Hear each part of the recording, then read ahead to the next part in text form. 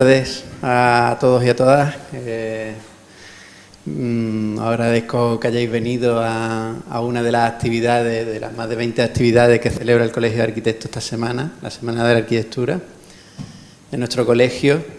Y bueno, no hace falta, casi todos sabéis que el lunes pasado, el primer lunes de octubre, se celebra el Día Mundial de la Arquitectura,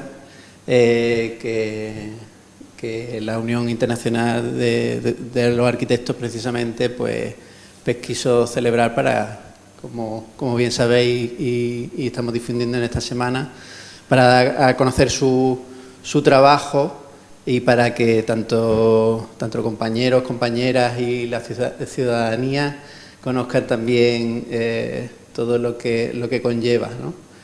Nuestra labor. Sin más, bueno, la actividad de esta tarde es la conferencia de la introducción a la inteligencia artificial, retos y oportunidades en la arquitectura, que tenía bien nuestro compañero José Gémez Jiménez, Pepe Gémez, funcionario de la Gerencia Municipal de Urbanismo de Málaga. Bueno, es docente de hace 5 años de Máster BIM, especialista en BIM, por supuesto. Bueno, y además un entusiasta precisamente de la tecnología. También colabora con nosotros en el colegio, en la comisión, que bueno, está ahí por arrancar de GIS.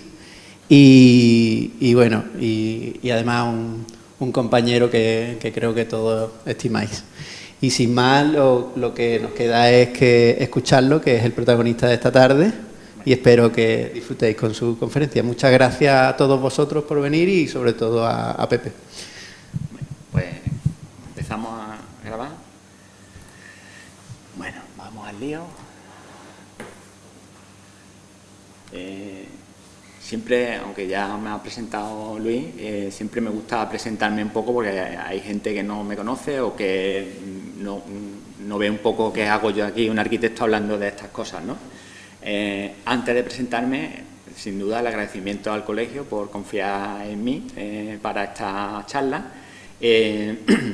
Algunos sois del grupo de usuarios BIM. Esto iba a empezar como una charla dentro del grupo de usuarios BIM, con lo cual también un recuerdo para los compañeros. Y bueno, ya he dicho, José Gémez Jiménez, soy arquitecto y digo que tengo 46 años porque con 46 años en el mundo de la tecnología ya eres un dinosaurio. Es decir, con 46 años ya eres viejo, ¿no?, en el mundo de la tecnología. Os traigo la foto de mi mascota, ¿vale? Copito, que es un loro, ¿vale? Y quiero que lo recordéis porque luego volverá a salir y veréis que es bastante importante el tema de la analogía entre un loro y la inteligencia artificial, ¿vale? Aparte de, bueno, como he dicho, de mi pasión por los temas BIM, hace unos años hice un máster de ciencia de datos. Dentro de ese máster había una parte de Deep Learning que fue, digamos, me apasionó esa parte chiquitita y a partir de ahí empecé a investigar sobre el tema, ¿vale? Mi trabajo fin de máster era segmentación semántica de nube de puntos a través de visión por computadora. Una cosa muy rara, pero que el tema a partir del cual pues los profesores del máster les gustó, les vio que había un camino para investigar y empecé a hacer el doctorado. Llevo 1 año y medio con el doctorado dentro de la rama de informática avanzada. No tiene nada que ver con la arquitectura, es un campo totalmente. Lo que pasa es que siempre aplicando tecnología de inteligencia artificial al mundo de la arquitectura, ¿vale? Sobre todo con temas de nube de puntos, de tecnología LIDAR, que os sonará también, y cómo aplicar segmentación semántica y que las máquinas puedan ver a través de la nube de puntos, ¿vale? El máster, o sea, el doctorado lo estoy haciendo con la Universidad de Castilla-La Mancha, ¿vale? Soy investigador dentro de un grupo de investigación que tiene sobre sistemas inteligentes y minería de datos, es decir, todo el tema de cómo podemos conseguir datos de muchos sitios, ¿vale? Y bueno, algunos me conocéis o me habéis padecido como funcionario de la gerencia, ¿no?, en algún estudio de detalle o alguna cosa que os haya llevado, ¿vale? Entonces, Cuando daba clases en el Master BIM, casi siempre empezaba con esta diapositiva, ¿no? Que siempre ponía aquí, esta es la pastilla de Matrix, ¿no? Como cuando Neo empieza y se mete dentro de la inteligencia artificial, ¿no? Es decir, antes ponía BIM y CAD, ahora la pastilla que tenemos que tomar es la pastilla de la inteligencia artificial, ¿no? Siempre os digo que muchas veces el desconocimiento nos hace más felices, ¿no? Es decir, cuando veáis ahora cómo funciona la inteligencia artificial y todas las cosas que se pueden hacer, pues hay veces que es mejor vivir en el desconocimiento, ¿no? Yo siempre digo que muchas veces esto es casi malo aprender, ¿no? Es momento de tomar la pastilla o abandonar la sala, ¿no? No iros porque no hay mucha gente, no me dejéis la conferencia, ¿vale? Os traigo aquí un pequeño disclaimer, ¿no? Descargo de responsabilidad. La charla es divulgativa, ¿vale? Esto empezó primero, iba a ser una cosa de cacharreo, ¿no? De estar delante de programar, y esto un poco más generalista, con lo cual he intentado que no haya fórmulas, algunas hay, ¿vale? Espero que no os asustéis, son todas cosas muy sencillitas. Vamos a ver como dos partes, una primera parte que es una visión de lo que es la inteligencia artificial, un poquito más técnica, no es un poquito más densa, y una segunda parte mucho más práctica, ¿vale? Y ahí ya al final, si queréis que debatamos, que abramos preguntas o lo que sea, ¿vale? Las interrupciones son bienvenidas, ¿vale? A lo mejor hablo y digo palabrejas que no conocéis o lo que sea, levantáis la mano, Pepe, no me entero qué es lo que estás diciendo, ¿vale? Esto supongo que muchos los conocéis, son de la consultora Gartner, hace unos gráficos de expectativas y desilusión, ¿no? De las tecnologías, que lo saca de distintas tecnologías y hay como un ciclo de expectativas hasta que se alcanza, digamos, un nivel de producción, ¿vale? Las inteligencias artificiales que vamos a ver, sobre todo las más modernas, están aquí, son las inteligencias artificiales generativas. Es decir, estamos en el pico de expectativa máxima. Es decir, a partir de aquí todo lo que viene es desilusión, ¿vale? Es decir, con lo cual estamos en un momento de hype, ¿no? De que todo el mundo habla de la inteligencia artificial, de todas las cosas que se pueden hacer. Hay que tranquilizarnos porque luego habrá mucha parte de desilusión, ¿no? Hay tecnologías dentro de la inteligencia artificial, por ejemplo, la parte donde yo hago el doctorado, que es de visión por computadora, son, digamos, dentro de la inteligencia artificial la parte que está como más desarrollada y que está ya cerca, digamos, de la producción, ¿vale? En esta primera parte vamos a ver un poco qué es la inteligencia artificial, ¿vale? Tipos distintos de inteligencia artificial, un poco de ver cómo podemos encasillar las distintas inteligencias artificiales, un ejemplo aplicado a la inteligencia artificial, un poco para que veáis fácilmente lo que es la inteligencia artificial, y vamos a ver los principales modelos de inteligencia artificial, ¿vale?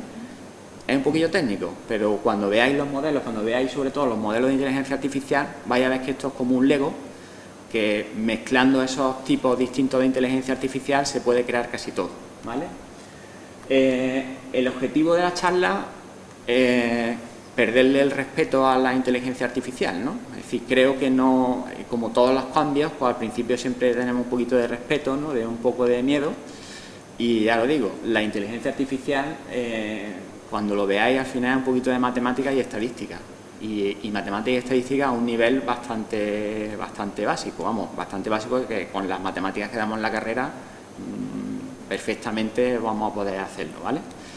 Y digo que no hay que tenerle miedo, o sí, ¿vale? No porque no vaya a venir un Terminator, ¿vale? Es decir, el Terminator por ahora no está, sino por esto, ¿vale? Esto es un paper del año pasado de OpenAI, la empresa la empresa de ChatGPT, que todos conoceréis, y es de la exposición que tienen los distintos trabajos al uso de inteligencia artificial. Entonces, hay un montón de profesiones con las cuales la inteligencia artificial va a cambiar el funcionamiento de esas actividades, ¿vale? Entonces hay profesiones como, yo qué sé, pues como los matemáticos, donde la influencia va a ser 100%, es decir, van a cambiar la manera en la que estamos trabajando, ¿vale? Entonces, aquí al principio, en el primer borrador iba a decir, los trabajos van a desaparecer, los puestos van a cambiar, pero probablemente hay algunos que desaparezcan, ¿vale?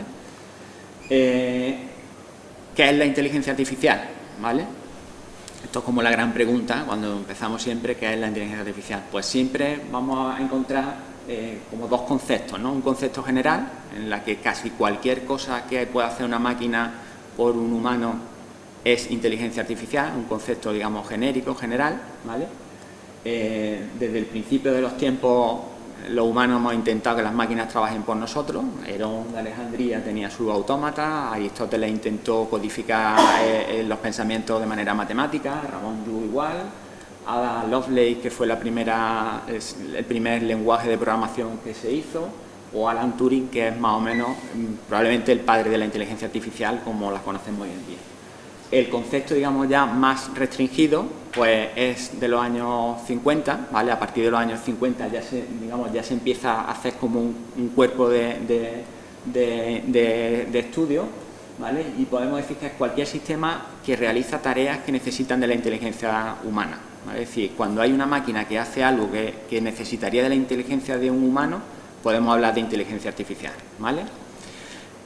Andrew Ng, nunca he sabido cómo se pronuncia NG, porque dos letras así un poquito raro, ¿vale? Chino-estadounidense, uno de los ingenieros de Google Brain, de una de las empresas que tiene Google, habla de la inteligencia artificial como la nueva electricidad, en el sentido de que va a ser una tecnología subyacente a muchas cosas. Igual que hoy en día necesitamos la electricidad para la luz o para tener un coche, la inteligencia artificial va a estar en todos nuestros aparatos. Es decir, en la agricultura los tractores van a usar inteligencia artificial, nosotros nuestro trabajo, es decir, va a ser un concepto como genérico, ¿vale? Este es el libro clásico, digamos, con el que, si queréis os interesa introduciros en la inteligencia artificial, que es un enfoque moderno. Hasta la segunda edición está traducción en español y hace una panorámica súper sesuda de toda la inteligencia, ¿vale? La primera clasificación que podemos encontrar de inteligencia artificial, ¿vale?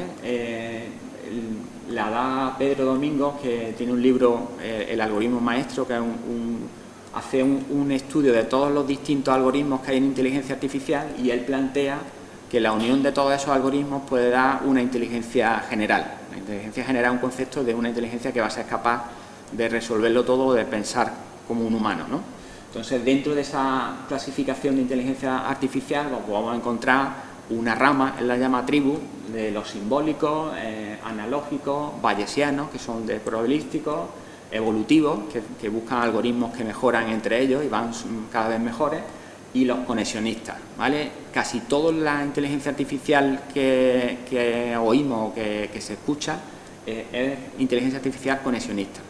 La inteligencia artificial conexionista lo que hace es buscar, digamos, está inspirada en el funcionamiento del cerebro, y es buscar como funciones de redes neuronales similares a cómo funciona el cerebro humano, ¿vale? Y estas, digamos, que son como la inteligencia artificial que os va a sonar a todos y que veis, digamos, en el día a día, ¿vale? Siguiendo un poco por orden cronológico de los hitos que han aparecido en la inteligencia artificial, sobre todo en los conexionistas, pues desde los años 40 ya hay intentos de hacer modelos matemáticos del funcionamiento de las neuronas, ¿vale? Justo en el año 50, Alan Turing presenta el test de Turing, ¿no? Que es para ver si una máquina, si eres capaz de distinguirlo entre un humano o una máquina, ¿vale? En el 56 se acuña el término de inteligencia artificial, tal cual lo conocemos hoy, y en el 57 se hace el primer modelo de perceptrón, que es como el modelo matemático de una neurona, ¿vale? En estos años, finales de los 50 y primeros de los 60, hay una explosión de inteligencia artificial, igual que vivimos ahora, en la cual se pensaba que la inteligencia artificial iba a resolver todos los problemas del mundo. Estados Unidos invirtió un montón de dinero y se empezaron a dar cuenta después de que todas esas expectativas no se concretaban en utilidades prácticas, ¿vale? Y en el año 69 se presenta un libro que se llama Perceptron, de Minsky, en el cual se demuestra matemáticamente que este tipo de inteligencia artificial, los perceptrones, hay problemas que no pueden resolver. Entonces, eso hace que la inteligencia artificial casi desaparezca, por así decirlo, y es lo que se habla un invierno de la inteligencia artificial. Ha habido varios, en momentos de grandes expectativas, que no se concretan en usos prácticos, y mesetas, digamos, valles de poca investigación. En el 86 se redescubre el algoritmo de retropropagación, que es el algoritmo que permite entrenar las inteligencias artificiales. Aparece en ese año 86. Aunque aparece en el 86, no se usa prácticamente al principio. En el 90, muchos recordaréis Deep Blue, que es la máquina que gana a Kasparov. En los años 90 empiezan a aparecer una serie de tecnologías que luego van a servir de fundamento para la inteligencia artificial. Aparecen las tarjetas gráficas, que van a permitir el aprendizaje en paralelo, Internet, todas las grandes cantidades de datos, lo que podemos llamar Big Data, operaciones de MapReduce sobre grandes cantidades de datos, que son las que luego, más tarde, van a permitir la aparición del Deep Learning, ¿no? De la inteligencia artificial profunda, que es, digamos, lo que estamos viendo hoy en día. En el año 2012, os pongo aquí todo así como relevante, las redes convolucionales resuelven el problema de visión. Es decir, en el año 2012 las máquinas ya son capaces de clasificar y de ver imágenes mejores que los humanos. Entonces son problemas que la inteligencia artificial da por resueltos. Es decir, en el año 2012 las redes convolucionales resuelven la visión por computadora. En el año 2016, AlphaGo, una inteligencia que tiene DeepMind, una empresa también que compró después Google, es capaz de ganar al maestro de Go, ¿vale? El maestro de Go, Go es como un juego tipo dama, pero con una, digamos, con un nivel de dificultad muchísimo más grande que ajedrez, ¿vale? Para que hagáis una idea. Y la máquina ya es capaz de ganarle, ¿vale? En 2017 os pongo aquí el nombre de un paper, All You Need Is Attention, que es un paper científico de principalmente dos ingenieros de Google, que cambia la inteligencia artificial hasta lo que habíamos conocido en estos momentos con una arquitectura que transforma todo, ¿vale? La arquitectura se llama Transformers, ¿vale? Que luego lo veremos un poquito. En 2019 se presenta, por ejemplo, GPT-2, ¿vale? GPT-1 había salido antes, no era tan... GPT-2 ya tenía capacidades bastante interesantes, ¿no? Digamos que esto un poco hasta llegar a los últimos días. Dentro de las clasificaciones de la inteligencia artificial, una muy básica es, dependiendo, digamos, del enfoque, del ámbito de la inteligencia, pues inteligencia artificial, ese concepto genérico, ¿vale? Y dentro de la inteligencia artificial, imaginaros que puede haber un sistema inteligente, que es algo que yo programe, que le diga, si pasa esto, haz esto. Eso es inteligencia artificial, pero no es capaz de aprender por sí solo, ¿vale? Dentro de la inteligencia artificial vamos a encontrar el aprendizaje automático, que es cuando las máquinas, los sistemas son capaces de aprender.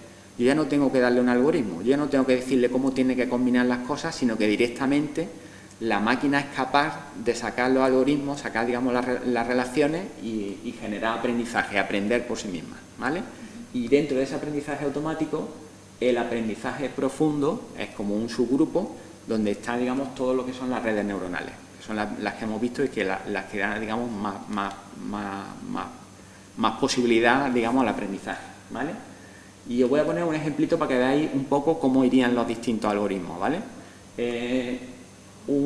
Imaginaros que en el departamento de licencia de conservación quieren predecir cuándo un edificio va a tener que pedir una licencia por tema de rehabilitación, ¿vale? Es decir, ahora mismo, por ejemplo, el sistema actual, el sistema no inteligente, pues todos los edificios que tienen más de 75 años, ¿vale? Pues suponemos que van a necesitar una rehabilitación y por eso le mandamos una IT, ¿vale? Con las IT nosotros tenemos una gran cantidad de datos y esos datos nos podrían permitir predecir cuándo un edificio va a pedir una licencia, ¿vale? Desde un sistema no inteligente, que es lo que tenemos ahora, podemos pasar a un sistema inteligente, donde yo pongo un algoritmo, podría pasar a un sistema donde la máquina aprendiese de los datos, o podría darle meterlo, digamos, volcarlo a un sistema de Deep Learning, donde directamente yo solo doy los datos y él me sacaría la salida, ¿vale? Todo esto, digamos, para entrenar un modelo de inteligencia artificial es básico tener los datos, ¿vale?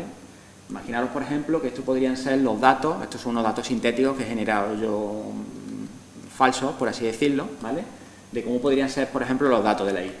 El año de construcción, año de si ha tenido una reforma integral, tipo de estructura, tipo de cubierta, el color, número de ventanas. Cuando hablamos de los datos, siempre vamos a tener, digamos, unos datos que son lo que normalmente se denomina etiqueta, que es el dato que yo voy buscando, ¿vale? El dato que yo voy buscando, si es un 1 es un sí, si es un 0 es un no. Es decir, este edificio va a necesitar rehabilitación o va a necesitar rehabilitación, este no lo va a necesitar, ¿vale? Todo el resto de características, digamos, de todo el resto de parámetros, es lo que se denomina características, ¿vale? Entonces, con esos datos, nosotros lo que vamos a generar, primero hay que tratarlo, es decir, yo no puedo meter un dato que sea un dato categórico, si es estructura de hormigón o de acero, eso no lo puedo meter directamente en un algoritmo, hay que hacer, digamos, un análisis exploratorio y una normalización, estandarización, un tipo de, digamos, de trabajo previo. Y una vez que yo tengo eso, todas las inteligencias artificiales que vamos a ver se basan en correlaciones, ¿vale? Esto es una de las cosas que me gustaría que saliese hoy con el aprendido, ¿vale? Las correlaciones son relaciones, ¿vale? Pero no implican una causalidad. Esto es súper importante. Uno de los ejemplos, cuando se estudian los temas de inteligencia artificial, se suele poner un ejemplito muy tonto, que es el número de avistamientos OVNI y el estándar Poor's 500 de la bolsa. Esto tiene una correlación 0,97, que es casi una correlación casi perfecta, pero en realidad no tienen causalidad. Es decir, son dos datos que tú los ves, van subiendo los dos de igual manera, con una correlación muy alta, pero no tienen causalidad, ¿vale? Esto es importante porque todas las inteligencias conexionistas al final no están viendo la causalidad. Y esto a mí como aficionado un poco a esto me preocupa, ¿no? Es decir, nos estamos basando todos en correlaciones con datos que probablemente o puede ser que no tengan por qué causar, ¿no? Si os dais cuenta, por ejemplo, en el primer sistema, mayor de 75 años necesitaría rehabilitación, pues luego nos damos cuenta que no, que hay edificios que con 75 años están perfectos y otros que están hechos un desastre, ¿no? Esto no es inteligencia artificial. Podríamos generar un sistema inteligente en el que yo imaginar un algoritmo que yo digo, pues yo creo que el año de edificación, el año en el que se edificación es muy importante, le doy una ponderación muy alta. Creo que el tipo de cubierta también es muy importante, porque lo de cubierta de agua se mantiene mejor que la cubierta plana, le doy, digamos, otro coeficiente de ponderación. Y creo que el tipo estructural también, porque hay unos que funcionan mejor, la madera se deteriora menos, ¿vale? Y estos coeficientes los pondría yo a mano, ¿vale? Digamos, esto sería un sistema inteligente, yo generaría un algoritmo con una serie de reglas y me daría un resultado, ¿vale? El Machine Learning, digamos, el aprendizaje, ya lo que hace es que yo voy a dar una serie de datos, voy a generar un modelo y ese modelo va a ser capaz de predecirlo, ¿vale?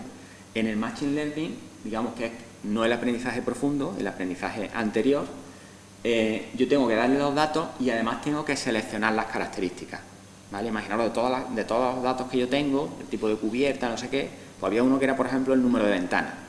Pues el número de ventanas yo, cuando esté haciendo un algoritmo de Machine Learning, pues probablemente no lo meta dentro del modelo, porque entiendo que no tiene relevancia, ¿vale?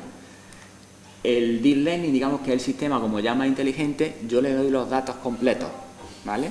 Y yo le voy a meter los datos, incluso los de las ventanas, y él va a sacar una serie de características, va a extraer todas las características de los datos que yo le he dado y va a ser capaz de generar características complejas. Es decir, el algoritmo por sí solo va a encontrar características que no existen, ¿vale? Esto, imaginaros, es muy parecido al índice de masa corporal, ¿no? Es decir, si yo tengo mi peso y lo divido por la altura al cuadrado en centímetros, me da un índice de masa corporal que es más significativo de mi estado de salud que los dos parámetros sueltos. Pues el Deep Learning es capaz de conseguir por sí solo ese tipo de características, ¿vale? Con lo cual es un sistema, digamos, mucho más complejo, ¿vale?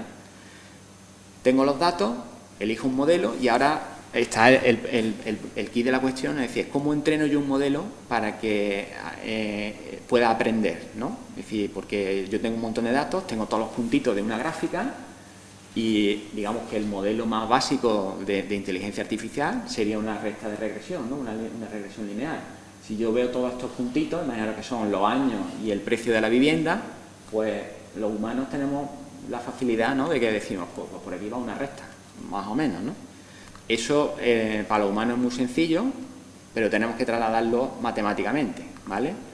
Podría buscar estadísticamente cuál es la recta, irnos a nuestro apunte de estadística tal, y encontraríamos la recta de regresión, o lo que podemos hacer es generar una función intermedia, una función de coste o de pérdida, que sea fácilmente, digamos, que me va a servir como intermedia para poder entrenar, ¿vale? Imaginaros, yo puedo, de todas las múltiples líneas, ¿vale?, rectas que pasen por aquí, yo puedo generar una recta y calcular toda la distancia de los puntos de esa recta. Y puedo generar otra y puedo buscar la recta cuya, digamos, la suma de las distancias sea la más pequeña. Y esa es la recta que va a ser, digamos, la recta óptima, ¿vale? Entonces estamos convirtiendo un problema de estadística o de cálculo a un problema de optimización, que son fácilmente resolubles, ¿vale? Yo puedo poner este que es el error cuadrático medio, digamos que es la suma de todas las distancias esas, le puedo poner una grafiquita, habrá, cuando esté por arriba o esté por abajo, me darán la parte de arriba o de abajo de la parábola y puedo diferenciar y encontrar el punto que es el más óptimo, ¿vale? El punto óptimo no va a ser no va a ser una solución concreta, pero va a ser la mejor de las posibles soluciones, ¿vale? Con lo cual podemos encontrar esa recta que se va a ajustar a los datos, ¿vale? Habrá veces que tengamos datos anómalos, tal, es decir, ahí esto está explicado muy básico, ¿vale? Pero imaginaros que podemos tener, si el precio de la vivienda, una vivienda que valga mucho más cara y que haga que la recta se fuera para arriba. Hay algoritmos de regularización, de quitar esos datos anómalos, es decir, que esto, pero quedaros con la idea de que al final lo que estamos convirtiendo es un problema de optimización. La inteligencia artificial es buscar una función de pérdida que pueda optimizar, que sea fácilmente derivable y que pueda optimizar, ¿vale? Si sabéis esto, ya sabéis inteligencia artificial, ¿vale? Todo lo demás que vamos a ver, al final, es buscar una función de pérdida, que son funciones de pérdida distintas. Esto es una función de pérdida la más sencilla, hay otras funciones de entropía cruzada, etcétera, pero es todo igual, ¿vale? Según el aprendizaje de los datos, vamos a encontrar también distintos tipos de inteligencia artificial, ¿vale? Un tipo de inteligencia artificial es cuando tenemos los datos, el aprendizaje supervisado es cuando tenemos los datos de las etiquetas, ¿vale? Imaginaros, como hemos visto antes, yo tengo aquí un conjunto de datos y yo sé qué es lo que tiene, digamos, cuál es el resultado que me tiene que dar, ¿vale? Yo tengo los datos de un montón de compras anteriores y ya tengo el resultado de la compra, ¿vale? Los datos están etiquetados, ¿vale? Digamos, esta es la etiqueta, que es, digamos, el valor que yo tengo que calcular, y el resto son las características, ¿vale? Algoritmos para, digamos, utilizar sobre aprendizaje supervisado hay un montón. Regresión lineal, regresión logística, árbol de decisión, random forest, máquinas de soporte vector, ensembles, que son mezclas de predictores débiles, infinitos, ¿vale? ¿Usos que se puede dar para este tipo de inteligencia artificial? Pues los que estamos todos los días. Clasificaciones, es decir, saber si un correo es spam o no es spam, el reconocimiento facial, si es Pepe o Juan, regresión de precios, saber si un precio va a subir o va a bajar, sistema de recomendación, detecciones de fraude, infinito, ¿vale? Hay otro grupo grande de inteligencia que es el no supervisado, es decir, cuando tenemos un conjunto de datos pero no se las etiqueta. Este tipo de aprendizaje lo que busca son clústeres, agrupaciones de datos, ¿vale? Imaginad que yo tengo unos datos como estos y yo tengo que buscar más o menos qué datos están juntos y forman, digamos, una agrupación. El dataset de antes, por ejemplo, que es de las flores, de los lirios, si lo ponemos en 2D, pues vamos a ver que más o menos todos estos pertenecen a un tipo de especie, otro y otro, ¿vale? Entonces hay varios algoritmos, el K-media, el DBSCAN, cada uno, digamos, que lo que sirve es para hacer distintos tipos de agrupaciones, ¿vale? Y entonces habrá veces, por ejemplo, que el DBSCAN funciona muy bien con tipos de agrupaciones así, ¿vale? Por ejemplo, el K-media no va a funcionar, ¿vale? Uso, pues todos los que sean de agrupamiento, ¿vale? Imaginaros cuando nosotros entramos en Netflix, vemos 3 películas de Sylvester Stallone, pues el algoritmo nos mete y ya siempre nos va a clasificar en que nos gustan las películas de violencia y de guerra, ¿no? Y todo lo que nos va a seguir dando está relacionado con ese clúster donde hemos caído por ver las primeras 5 películas, ¿no? Segmentación de mercado, es decir, imaginaos si nosotros buscamos, hacer villa de lujo, pues resulta que los clientes que usan la villa de lujo pues tienen una serie de características. Yo podría segmentar un mercado y encontrar mi cliente objetivo, ¿vale? Detección de anomalías, reducción de la dimensionalidad, es decir, convertir datasets, por ejemplo, que tienen miles de parámetros en cosas más sencillas, que sean fácilmente, a lo mejor visualmente visibles, O, por ejemplo, la cesta de la compra. Yo en Amazon compro un móvil y abajo me ofrece todo lo que está relacionado. El salvapantalla, la funda, ¿vale? Es decir, todos los algoritmos que van en agrupamiento van, digamos, de este tipo, ¿vale? Hay otro tipo de aprendizaje que lo que hace es aprendizaje por refuerzo, ¿vale? El aprendizaje por refuerzo lo que consiste es que yo le doy a dar una política o estrategia a la gente, a lo que quiero enseñar.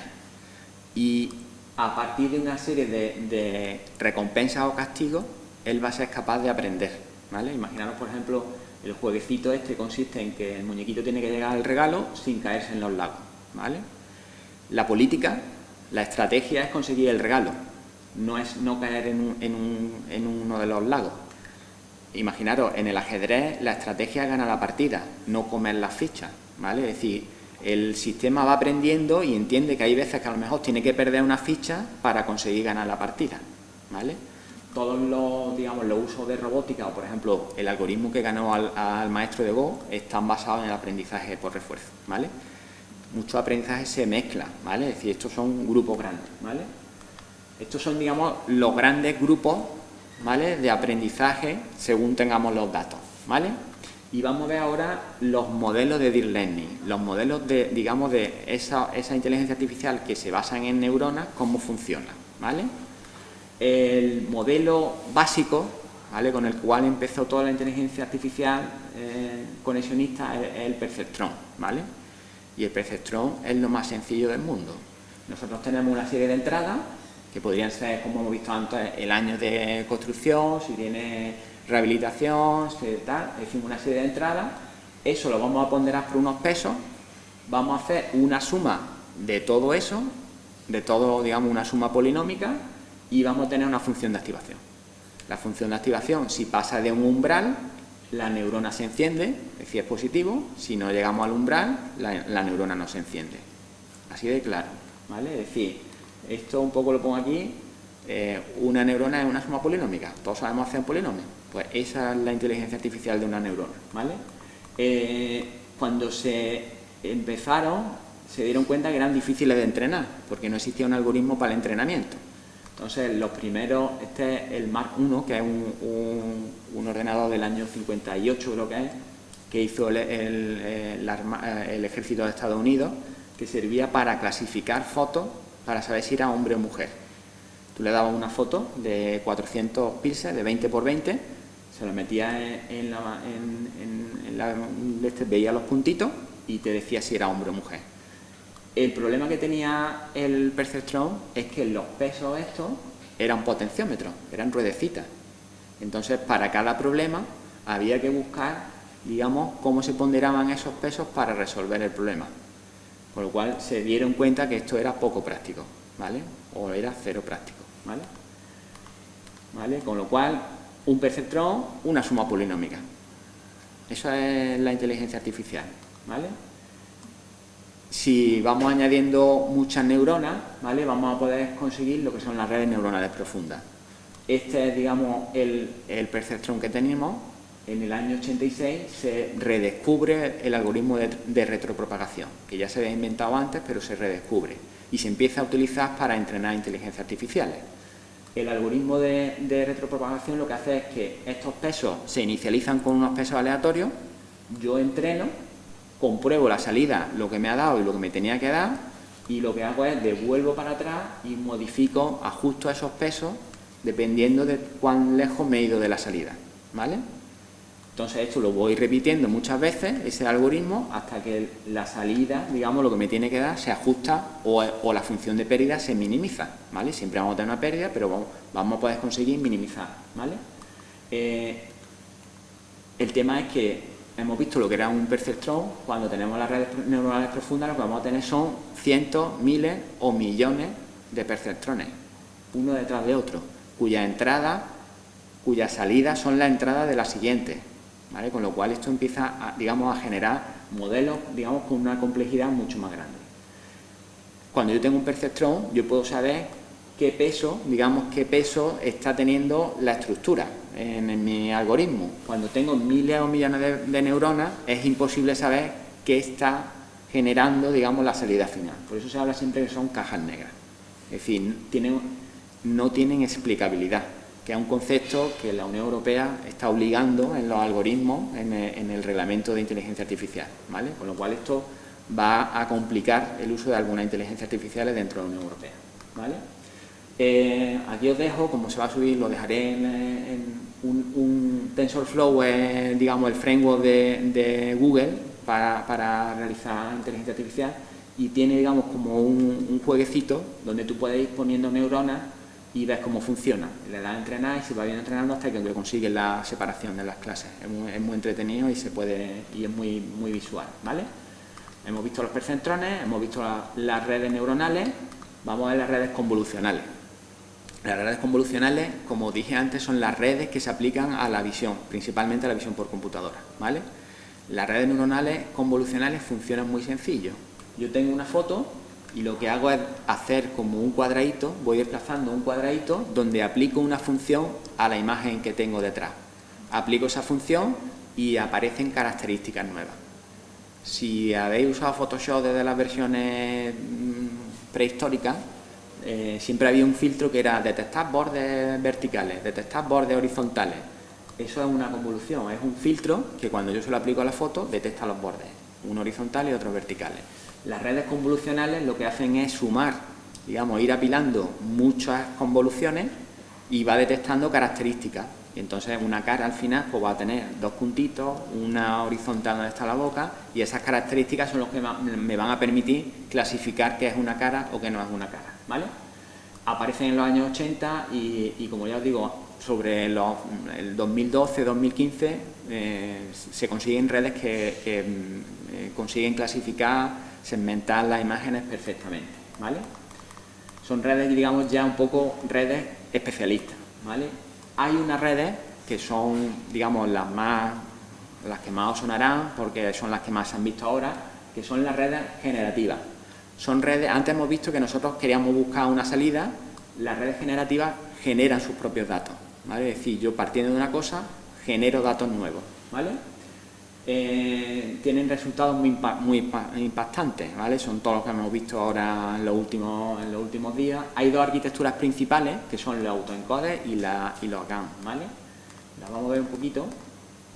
Los autoencoders, digamos, el funcionamiento que tienen, ya hemos visto cómo funciona una red neuronal. Pues imaginaros que tengo una red neuronal donde mi entrada es un 3, yo entreno una red entera y la salida es un 3. Y tú lo piensas un poco y dices, pues no tiene mucha lógica. Si la salida que quiero es la misma, pues ¿para qué estoy entrenando una red?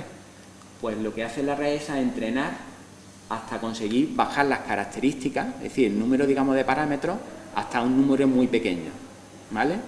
Con lo cual esto es como si hubiéramos aplicado un compresor, ¿vale?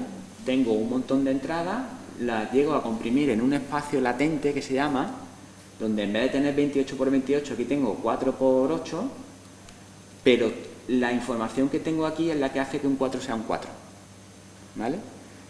Y esta red yo puedo dividirla, quedarme, digamos, con la parte del decodificador y meterle un tipo de ruido aquí parecido a este y me va a ir generando 4. Y si yo hago una pequeña modificación aquí me va a salir un 4, pero que no es el 4 original, sino que es un 4 parecido, ¿vale? Estos son, digamos, los autoencoders clásicos. Luego hay autoencoders más complejos, variacionales que se llaman, y consiguen pues todas las imágenes que hemos visto, ¿vale? Es decir, yo consigo, digamos, la red lo que hace es comprimir a ese espacio latente. En el espacio latente están las características semánticas, pero no están las características perceptuales, ¿vale? Es decir, está lo que hace que una cosa sea una cosa, pero no los detalles. Es decir, en una gafa aparecerán las gafas, pero no vendrá el detallito de la marca en el lado, pero estará, digamos, en ese espacio donde están las gafas. Y yo puedo, cerca de ese espacio, generar un ruido parecido a ese y me saldrá unas gafas parecidas, ¿vale? Y esto, ya os digo, esto es un fichero zip, es decir, es comprimir y dejar una foto o algo en un espacio de características más pequeñito, ¿vale? Aparecen otras redes que son súper interesantes, que es una idea bastante potente, que lo que hacen es entrenar dos redes en paralelo. Una, digamos, que es como un falsificador, y otra que es como un policía. Y entonces yo puedo imaginaros entrenando las dos redes en paralelo. Una red genera al principio un monigote, ruido, y le presento el monigote y una imagen real de un billete, y el discriminador dice, es falsa. Vuelve a entrenarse la inteligencia. El falsificador ha mejorado y ya le presenta algo parecido a un billete. Vuelve a discriminarlo, es falso, y vuelve a aprender. Y hay un momento en el que el billete que presenta el falsificador es indistinguible del original. Entonces esto empezaron ya veis aquí, al principio salían como cosas aquí como súper difuminadas, y en 3 años consiguieron, por ejemplo, sacar características perfectas, ¿vale? Hay una paginilla aquí que tú te metes, le das y empieza a salirte gente que no existe, ¿vale? Y le vas dando a refrescar y va saliendo gente que tú la ves y es perfectamente una persona, pero en realidad no existe, ¿vale? Y es porque hay debajo una red que va generando, a partir de un ruido, genera imágenes de personas, ¿vale? Otro tipo de inteligencias artificiales, ¿vale?, que son las redes neuronales recurrentes, ¿vale? Las redes neuronales recurrentes son redes neuronales que se aplican a datos que están, digamos, como en secuencia, ¿vale? Todas las series temporales, el texto, ¿vale? Podemos entender que es como una secuencia de palabras, ¿vale? Y todas las redes neuronales recurrentes son redes similares a las que hemos visto, pero las neuronas tienen como un pliegue temporal y cada neurona tiene como varios estados temporales anteriores, ¿vale? Son las inteligencias que se han usado sobre todo para los temas del lenguaje natural, ¿vale? Lo uso, pues todo lo que tenga que ver con series temporales, con todo lo que sean datos secuenciales, poblaciones, tráfico, los clics en una página, ¿vale? Redes neuronales recurrentes, y pasamos al gran hito, ¿vale?, que suponen las redes, la arquitectura Transformer, ¿vale? En el año 2017 se presenta un paper, All You Need Is Attention, que cambia el funcionamiento, digamos, el paradigma casi de las redes neuronales tal como se estaban utilizando, ¿vale? Las redes neuronales que hemos visto antes, las redes recurrentes, se utilizaban mucho para el procesamiento del lenguaje natural. Si os acordáis, por ejemplo, el traductor de Google, al principio del todo funcionaba muy mal y hubo un momento que empezó a funcionar muy bien, que ya le metía las cosas que yo traducía bastante bien, fue cuando empezó a usar las redes anteriores, ¿vale? En el Google Translate, si le metíamos una frase muy grande, empezaba a veces que ya empezaba a perder un poco el contexto y ya no traducía tan bien, ¿vale? Porque estaba usando redes neuronales recurrentes, que eran redes que llevaban, digamos, como esa ventanita, y cuando había una palabra que estaba muy alejada de la inicial, se iba perdiendo el contexto, ¿vale? El paper de Transformer cambia esto y digamos que lo que hace es aplicar un mecanismo de atención, ¿vale? Imaginaros, por ejemplo, yo tengo una frase, el perro está dormido en el salón tranquilo. Tranquilo está relacionado con perro, ¿vale?, no con salón. Si yo tengo una ventanita, digamos, deslizante, pues necesitaría una ventana muy grande para que dentro de esa misma ventana la información de tranquilo estuviese relacionada con perro, ¿vale? Entonces las redes neuronales recurrentes empezaban a perder, digamos, el contexto. El mecanismo de atención, que sí es bastante complejo, ¿vale?, lo que hace es que en esta frase, digamos, entrenaría y vería cómo están relacionadas, cuánto de atención tiene una palabra sobre otra. Y perro y tranquilo tendrían, digamos, como un coeficiente muy alto, aun estando muy lejos, ¿vale? Y eso es lo que hace que aun estando cosas lejos, si son significativas para la frase o para el entendimiento de la palabra, sean importantes, ¿vale? Esta es la arquitectura. Esta parte de aquí es un encoder, como hemos visto antes, de grande pasa a chico, y esto de chico pasa a grande, ¿vale? Está puesto aquí un poco raro, pero al final es lo mismo. Esto, cuando se entrena una red Transformer, lo que se hace es que se mete, por ejemplo, en los inputs la frase en español, aquí se mete la frase en inglés, se entrena, esto tiene miles de millones de parámetros, y al final lo que nos está dando es una probabilidad, ¿vale? De cada palabra nos va a dar la palabra más probable que va a tener que salir, ¿vale? Por ejemplo, si el perro está dormido, pues la primera palabra a la traducción será de, la siguiente dog, así hasta una palabra final, digamos, una palabra clave que es el fin de frase, ¿vale? Y lo que estamos viendo es un modelo probabilístico, ¿vale? todos los GPT, ChatGPT, Llama, etcétera, todos estamos trabajando con un modelo probabilístico, ¿vale? Es decir, lo que nos va a generar aquí es la siguiente palabra más probable, ¿vale? Entonces, digamos que estas serían una pincelada, por ejemplo, de las redes principales, de las arquitecturas principales. PLN, digamos, el procesamiento del lenguaje natural, como hemos visto, pues se está utilizando en un montón de cosas. ChatGPT, Llama, que es el de Meta, Cloud, que es de Anthropic, todos los traductores, correctores, todos los programas que sirven asistentes, digamos, de programación, Copilot, como queramos llamarlo, todo por debajo está funcionando con un modelo probabilístico, ¿vale?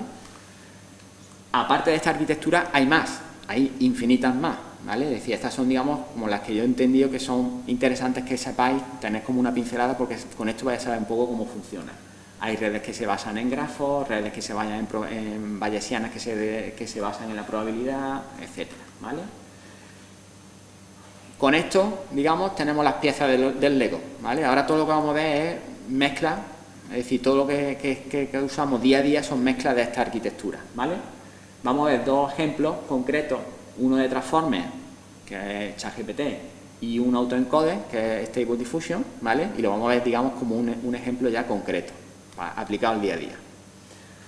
ChatGPT, supongo yo que todos lo conocemos, o lo usamos, o tenemos un amigo que lo usa, o lo hemos visto en el telediario, ¿vale? Es decir, es, digamos, la arquitectura, la inteligencia artificial que ha roto, digamos, la barrera y ha llegado al público general, ¿no? Lo primero que me gustaría que os quede claro que ChatGPT no es GPT, ¿vale?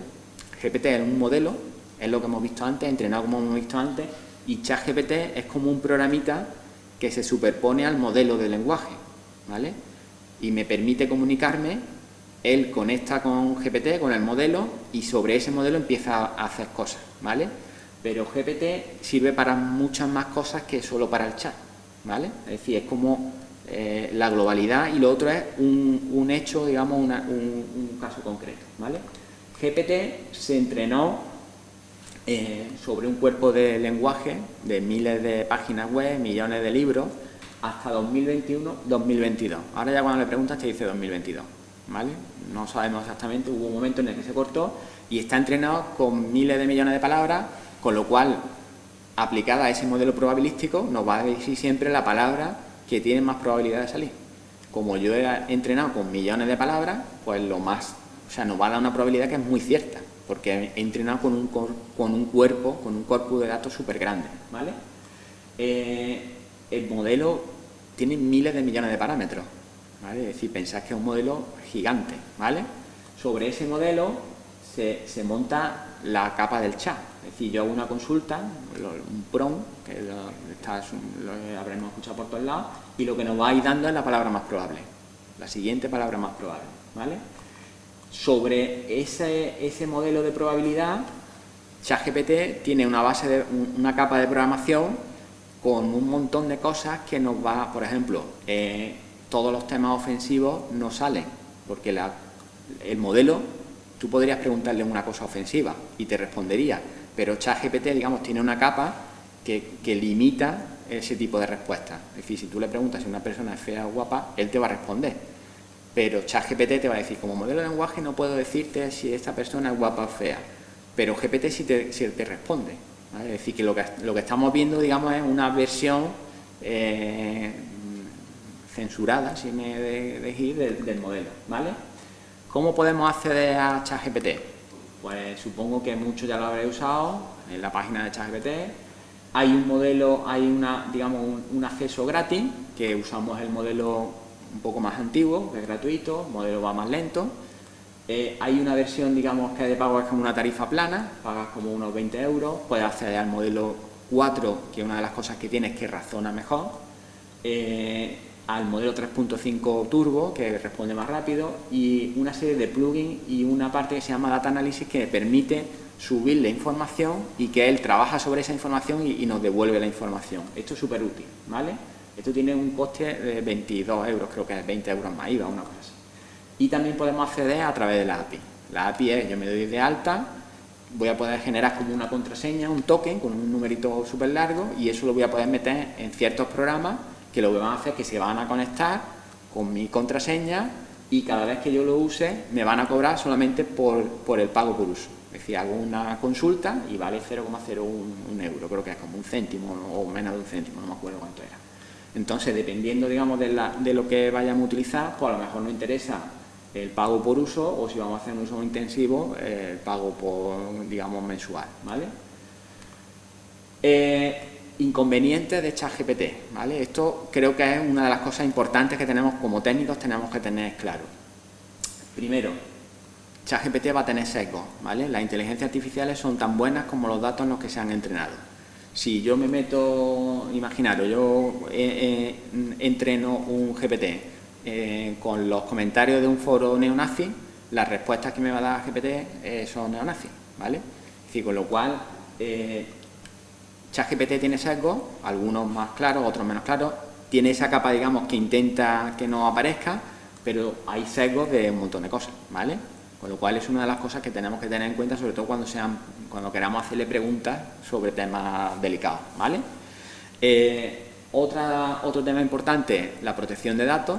Cada vez que yo hago una llamada a ChatGPT, yo mando mis datos al hiperespacio, no sabemos cómo lo usan y me devuelve una respuesta, ¿vale? Con lo cual no sabemos si esos datos lo están usando para entrenar el modelo o para reforzar el modelo, o si esos datos tienen privacidad o no tienen privacidad. Han sacado un ChatGPT Enterprise donde dicen que sí tiene privacidad, con lo cual entiendo que los que no tenemos Enterprise no tenemos privacidad, ¿vale? Con lo cual esto un poco, dependiendo de dónde lo estemos usando, pues tendremos que tener más cuenta o no, ¿vale? Estos modelos se podrían tener en local, pero necesitaríamos una infraestructura súper grande. Hay una forma, ¿vale?, que es cuantizar los modelos, quitarle precisión al modelo, con lo cual las respuestas no van a ser tan buenas y se podrían tener en local, ¿vale? Y esto, os dije que volvía a salir Copito, mi loro, ¿vale? Un poco es un meme, pero un poco para que tengamos un modelo de lenguaje y un loro aprenden frases aleatorias, ¿vale? Es decir, el loro va a responder y no sabe lo que está diciendo, ¿vale? Es decir, no entiende nada de lo que aprende. ChatGPT no sabe lo que nos está diciendo. ChatGPT tenemos un modelo de probabilidad y nos va a dar la respuesta más probable, que probablemente sea la buena, pero no hay una causalidad en la respuesta, ¿vale? Ocasionalmente habla sin sentido. Los loritos empiezan un poco ahí a irse de la pinza y ChatGPT de vez en cuando alucina. Está preguntándole cosas y empieza a contarte una cosa, una historia que no tiene nada que ver con lo que le estabas preguntando y además súper bien historiada, sí, porque los robots se ha tomado algo, ¿vale? Y claro, entre tener un lorito o tener un modelo, el lorito a mí me gusta más, ¿no? Es un muñequito adorable. Bueno, el mío muerde y eso, pero normalmente son adorables, ¿vale? Por eso muchas veces se habla que los modelos de lenguaje son loros estocásticos, ¿no? Es decir, son loros con la probabilidad de lo que te va a decir. Lo que pasa es que como está entrenado en tal cantidad de datos, lo que te va a decir probablemente sea lo bueno, ¿vale? Usos prácticos. En el día a día, yo estoy en mi estudio y quiero hacer cualquier cosa y lo primero que cuando estamos acostumbrados es pues voy a consultar cosas, igual que consulto en Google, voy a consultar. Como está entrenado en un corpus, digamos, de lenguaje tan grande, sobre temas generales, funciona muy bien, ¿vale? Y nos va a dar normalmente respuestas muy buenas. Cuando empezamos a ir a una materia, a un dominio concreto, ya no funciona tan bien, ¿vale? Es decir, si nos vamos y le preguntamos sobre estructura, probablemente lo que nos diga esté mal, pero te lo va a decir tan bien que tú te lo puedes creer, ¿vale? Con lo cual es un problema muy grande. Es decir, con esto yo siempre digo, para hacer consultas, cuidado. Es decir, aquí os pongo, empiezo a preguntarle que me voy a hacer una casa en Málaga y quiero saber qué porcentaje máximo tiene la rampa de garaje, ¿no? Y empiezo a hablarle, no sé qué tal, y al final empieza a decirme, bueno, el código técnico tiene entre 15, tal, no sé cuánto, una historia, y al final dice una cosa que es buena, dice, además contás con la asesoría de un arquitecto especializado, puede ser de gran ayuda, ¿no? Digo, bueno, al menos los mandas a que contrate un arquitecto, ¿no? Pero esto que nos ha dado aquí, inventado. Vamos, no inventado, pero súper genérico, ¿vale? Con lo cual, las consultas, mucho cuidado, ¿vale?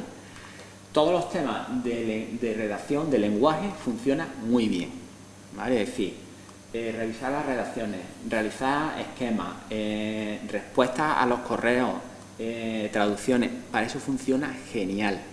Es decir, yo cojo un texto grande, lo cojo y le digo que me lo resuma y el resumen que te hace es muy, muy bueno. Me va a decir, perfecto, es muy bueno. Mucho mejor que el resumen que puede hacer una persona, ¿vale? Yo, por ejemplo, tengo generado un comandito y lo que hago es que sobre un texto que yo tengo seleccionado le doy a una tecla rápida y me aparece, digamos, una serie de comandos que yo ya tengo personalizados. Pues que me lo reescriba, es decir, cuando empieza ahí ya la redacción está un poco farragosa, le dices reescríbemelo y te lo reescribe, perfecto. O a lo mejor, yo qué sé, te entra por registro una petición de un administrado, digo, hazme un resumen y te coge y te dice, el señor quiere hacer no sé qué, no sé cuánto, ¿vale? O traducir o generar esquemas, que funciona súper bien, ¿vale? Para todo eso funciona muy, muy bien, ¿vale?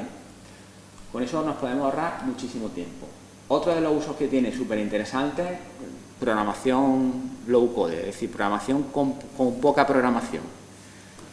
Con la parte, por ejemplo, del data analysis, yo puedo coger, aquí he puesto un ejemplito, me he ido a la página de datos abiertos de Málaga, me he descargado un fichero que hay con un CSV, con la ubicación de los museos y la información de los museos, y le digo que me genere una página web donde me georreferencie los museos y cuando yo me vaya a un topito me dé la información del museo. Eso te lo hace automático. Yo le subo el CSV y te sale directamente el mapa en un HTML incrustado que puedo descargar y hacerlo directamente. Con lo cual esto te ahorra infinito tiempo. Una de las cosas que uso yo también para estructurar información. Es decir, yo le puedo dar un texto y le digo, sácame la estructura dentro de ese texto, quiero que me saques las personas que están implicadas y me pongan nombre, teléfono y dirección y me los ponga en este formato concreto. Le doy EDS y me genera unos ficheritos en Markdown o en el formato que yo quiera y te lo hace automático, ¿vale? Usos más complejos, ¿vale? Es decir, esto es como el día a día. Una de las cosas que yo entiendo que esto va a cambiar nuestra forma es generar, por ejemplo, chatbots personalizados sobre conocimiento específico, ¿vale? Si yo le pregunto sobre el plan general, habéis visto antes que yo le he preguntado cuánto tiene que pedir una rampa de aparcamiento en Málaga y me ha dicho que el código técnico, que contrate un arquitecto, que está bien, pero bueno, ¿vale? Yo puedo generar, estos son como 200 líneas de programación hechas por mí, súper sencillo, y yo lo que hago es entrenar, digamos, como una parte de ChatGPT sobre datos propios, ¿vale? Entonces yo lo he entrenado, por ejemplo, aquí sobre los PDF del plan general, ¿vale? En vez de que me busque la respuesta en su conocimiento infinito, le digo, búscame en estos PDF que yo te voy a dar de esta manera y la información quiero que me responda diciendo dónde está la información y en qué página se encuentra la información y si no encuentra la información, que no me responda. Vamos, que me responda que no ha encontrado la información. Entonces, programo esto, tengo mi chatbot, le meto, ¿cuánto es el porcentaje de una rampa? Y me dice, porcentaje de aparcamiento 16% y esta información se encuentra en la página 50. Coge, abre el PDF del título 12 del plan general, te va a la página 50 y aparece. Es decir, si yo ya casi me sé un poquillo el plan general, sé más o menos dónde está, pero si tú no has abierto nunca el plan general, tienes que ponerte a buscar dónde estarán las rampas de aparcamiento. Se lo pregunta y te contesta. Y además te contesta diciéndote dónde está la información, ¿vale? ¿A partir de cuántos metros cuadrados de sótano es necesario entrar por dos calles? Pues la información dice que a partir de 6.000 metros cuadrados, no sé qué, tiene que contar con 2 accesos bidireccionales, y la información se encuentra en tal página. Me abro el PDF del plan general y lo compruebo. O le puedo decir, ¿cuál es la superficie mínima de una vivienda, de un dormitorio? Y empieza aquí a contarme, pues la superficie mínima, si la cocina está integrada, si no está integrada, pues tiene que ser 32 metros, no sé cuánto, y esta información se encuentra en tal sitio, ¿vale? Es decir, lo interesante es que yo... Imaginaros, por ejemplo, las consultas que le hacemos aquí a Juan Pedro, a partir de no sé qué, pues yo solo puedo hacer una máquina, me va a decir dónde está, es decir, me va a decir la respuesta y me va a decir dónde está, para que yo ahora ya como técnico lo compruebe y vea que lo que me está diciendo realmente es lo que me tiene que decir, ¿vale? Mi esposa, que trabaja en arqueología, me pregunta, oye, ¿se puede pedir una garantía si estoy haciendo una licencia por fase? Y yo digo, pues párate. En vez de entrenarlo sobre los datos del plan general, le meto la ONLU, la ordenanza de licencia, y me dice que sí, que está en la página 22 y que las licencias por fases pueden tener una no sé qué. Le mando la respuesta, gracias, esto está contestado una máquina, no te he contestado yo, ¿vale? Es decir, que se puede llegar, digamos, a cosas factuales, es decir, a cosas que son de verdad a través de un modelo que es probabilístico. ¿vale? Se puede hacer más complejo, ¿vale? Estos chats son como muy sencillitos. Yo estoy haciendo uno sobre la lista, que si yo entreno los datos, en vez de dárselo directamente el PDF, pues, digamos, los datos los limpio, le pongo dónde está cada artículo, le puedo preguntar qué es una actuación de transformación urbanística, veo con qué artículos me está contestando, y veo el artículo 24, todos los artículos con los que me está contestando, y luego aquí ya empieza a decirte lo que es una actuación urbanística, que es un chorro súper grande y te lo explica súper bien. Pero aparte de la explicación, que puede estar bien, a mí me interesa saber de dónde está extrayendo la información, ¿vale? Y esto se puede hacer, ¿vale? El flujo puede ser bidireccional, ¿vale? Imaginaros que yo ahora, como técnico de la gerencia de urbanismo, me llega alguien y me da una información, una memoria de un proyecto básico, ¿vale? Yo he rebuscado de cuando hacía proyectos allende de los tiempos, he cogido una memoria, le digo que entrene sobre mi dato de memoria, entrenar los datos es 20 segundos, y le pregunto, ¿cuál es la superficie construida propuesta? Y me contesta, se lee la memoria y me dice, la construida propuesta son 107 metros, la lámina de agua 24 metros, y se encuentra en la página 11 de la memoria. Con lo cual, pensar la cantidad de tiempo que, por ejemplo, en la gerencia de urbanismo se puede ahorrar teniendo esto como ayuda, ¿vale? Si siempre pensás que esto tiene que ser una cosa que ayude al técnico o ayude a la persona, ¿vale? Yo tengo un programita, por ejemplo, a mi Diógenes intelectual, voy cogiendo notas y las voy guardando en un programita, ¿no? Entonces, dentro de ese programita hay una manera de tener todas las notas relacionadas con ChatGPT, y te va diciendo qué nota está más relacionada o menos relacionada con la nota que tú estás escribiendo. Y tiene, digamos, como todo el conocimiento que tú tienes guardado, vinculado, y además con un porcentaje de afinidad, de similaridad entre las cosas que tú estás trabajando, ¿vale? El 29, o sea, el 29 del mes pasado salió GPT-4V, ¿vale? Que es un lenguaje multimodal. Es decir, ahora ya no solo entiende palabras, sino que también entiende textos, o sea, imágenes. Con lo cual, a partir de ahora, yo puedo mandarle a GPT una imagen, una foto, y ChatGPT va a entender la foto y me va a responder conforme a la foto, ¿vale? Imaginaros que yo subo un plano y le voy a poder hacer preguntas, consultas sobre lo que está viendo, ¿vale? Es decir, esto yo creo que este modelo, que todavía no está funcionando, va a cambiarnos un poco la manera en la que trabajamos, ¿vale? Stable Diffusion, ¿vale? Esto era un ejemplito de Transformer, de una arquitectura Transformer. Stable Diffusion es un ejemplito de una arquitectura autoencode, un poquito más compleja, con difusión, con una red UNED, bueno, pero más o menos. Esto lo que hace es, digamos, como mezclar una inteligencia artificial de la que genera con una inteligencia artificial de la que entiende texto, ¿vale? Genera imágenes a través de texto, ¿vale? Entonces, lo bueno es que yo puedo generar dirigir cómo se van a generar las imágenes. Entonces, por ejemplo, para generar bocetos, ideas, puede ser muy, muy interesante. Me he metido en Google y yo le he puesto boceto Niemeyer, ¿vale? Me sale un montón de bocetos y yo me he dibujado, este boceto es mío, con lo cual es malísimo, sobre un boceto de Niemeyer, un boceto mío, ¿vale? Y sobre ese boceto yo le digo que me dibuje, que me dé iglesia, ¿vale? Y empieza a generarme iglesias basadas en el boceto que yo le he dado. Es decir, esta está bien, pues esta no está. Y ya yo puedo seguir preguntando, le digo, pero es que yo quiero que la iglesia sea de hormigón visto.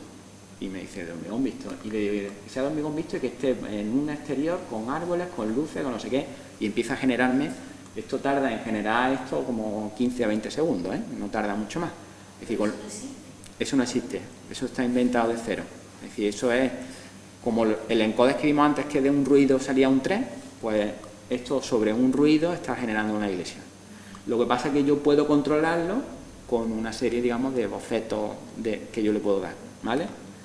Le puedo dar un boceto y digo, hazme unas plantas, estilo artístico, o le puedo dar un mapa de profundidad, ¿vale? Imaginaros que tengo una imagen, le puedo dar un mapa de profundidad donde él entiende las cosas que están adelante, lo que están atrás, y le digo, sobre esta imagen, le digo, créame una calle victoriana con gente andando. Y me empieza a generarte cosas de esta aquí de miedo, ¿no? Como yo digo. De cero, ¿vale? le podemos dar, digamos, a entrenar como unas pequeñas subredes para que los tipos de dibujos sean de una manera. Entonces le puedo decir, pues dame el resultado, pero que sea tipo acuarela, ¿vale? Y empieza a darte los resultados tipo acuarela, ¿vale?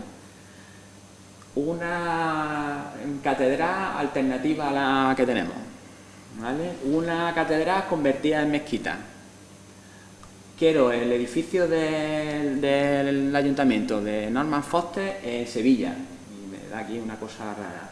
O genérame una casa de la cascada alternativa, o genérame el edificio del Sigran convertido en el edificio de Tadahuando. Lo que sea, ¿vale? Es decir,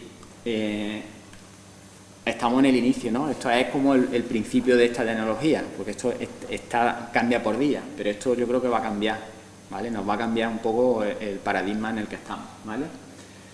Aplicaciones comerciales no he puesto, ¿vale? Ya vamos a terminar. No he puesto porque hay infinitas, ¿vale? Hay infinitas.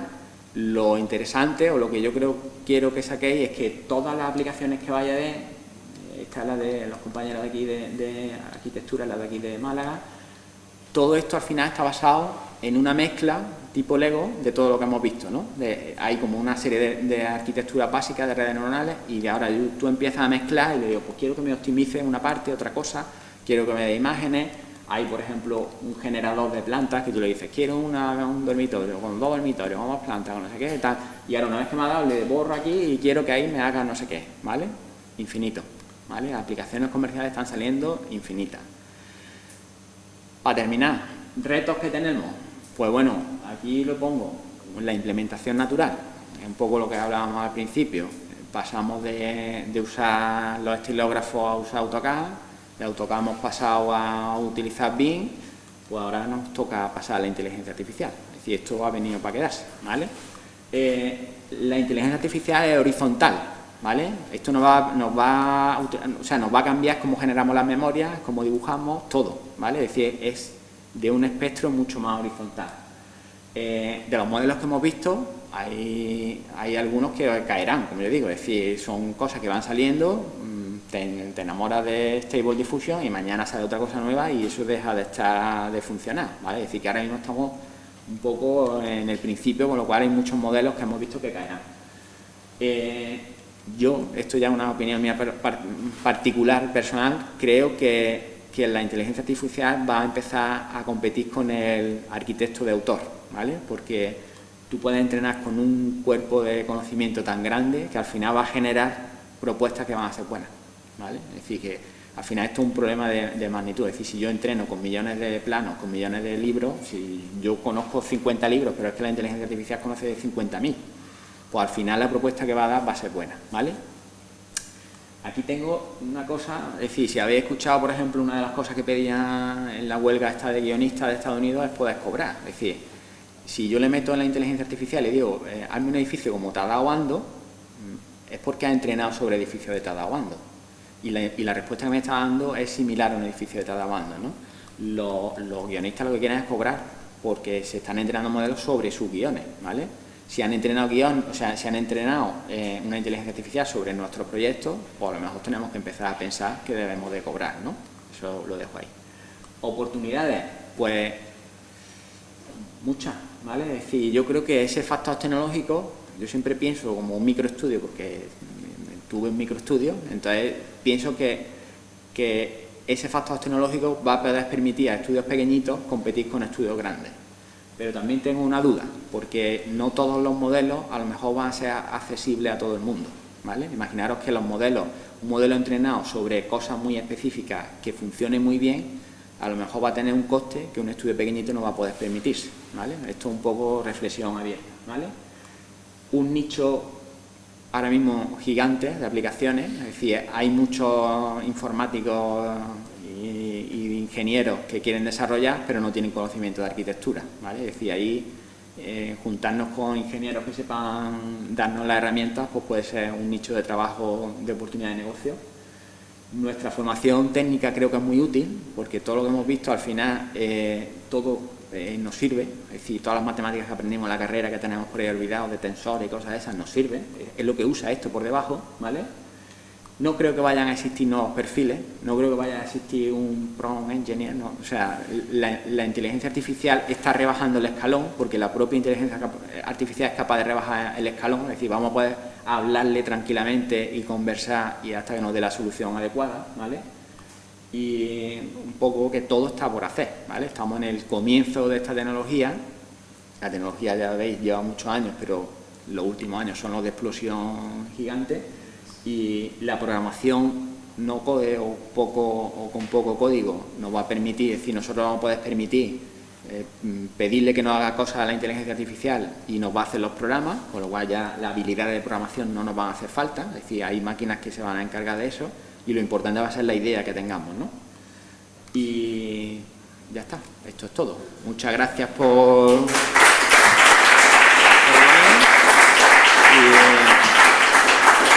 si tenéis alguna pregunta dentro de mis conocimientos, pues... Y si no, nos vamos a casa, que es muy tarde ya. Yo tenía dos. La primera, que interrumpí. Para que se grabe. Entonces, no vaya a decir nada malo, ¿eh?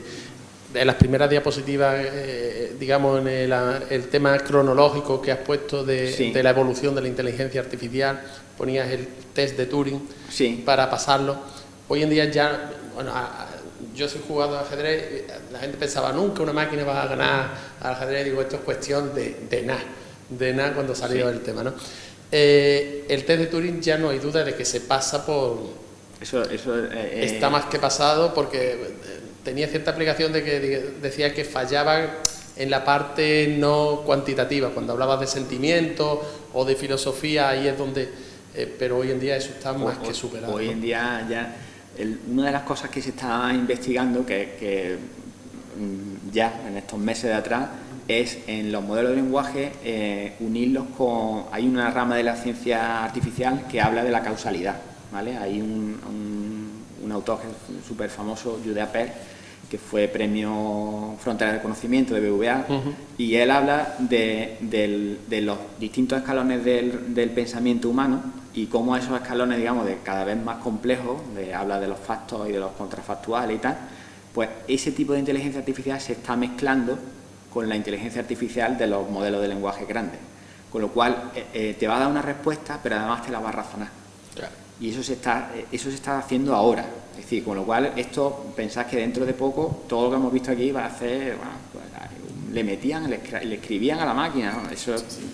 Hoy libros de filosofía te lo hace ChatGPT impresionante. Impresionante. Y una segunda parte que sí que me interesa muchísimo por lo que he visto, pero a lo mejor no lo he entendido bien, el chatbot que has programado, una serie de programación.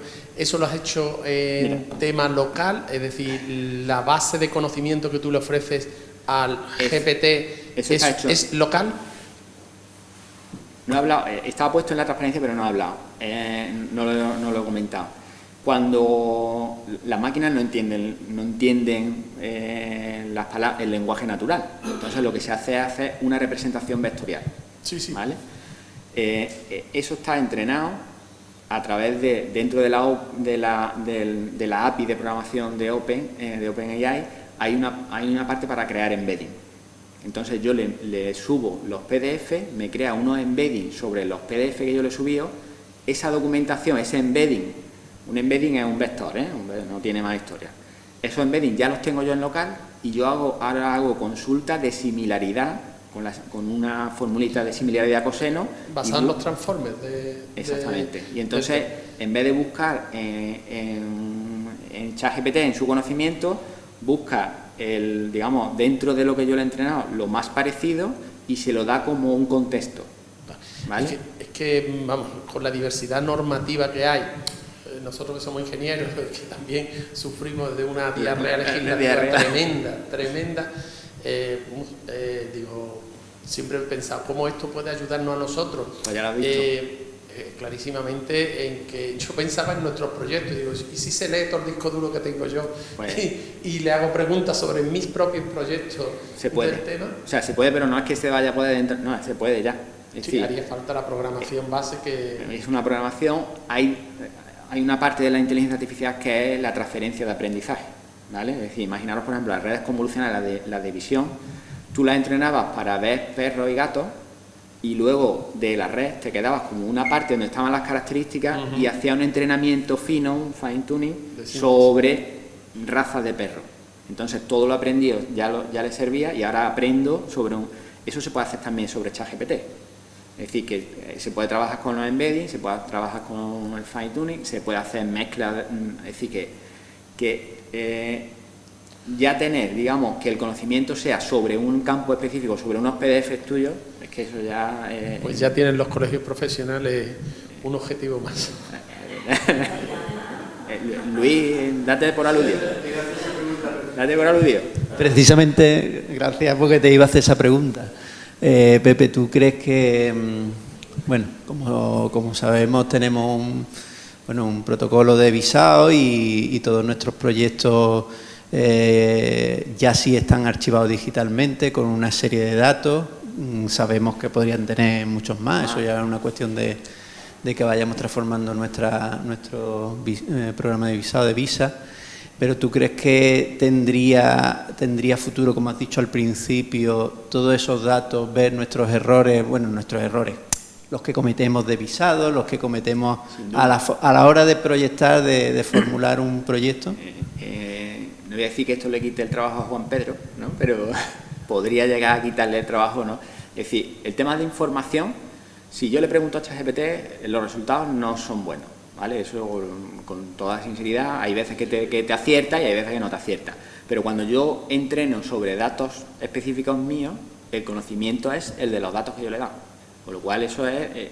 y ahora yo puedo entrenar sobre la memoria que me traiga un compañero.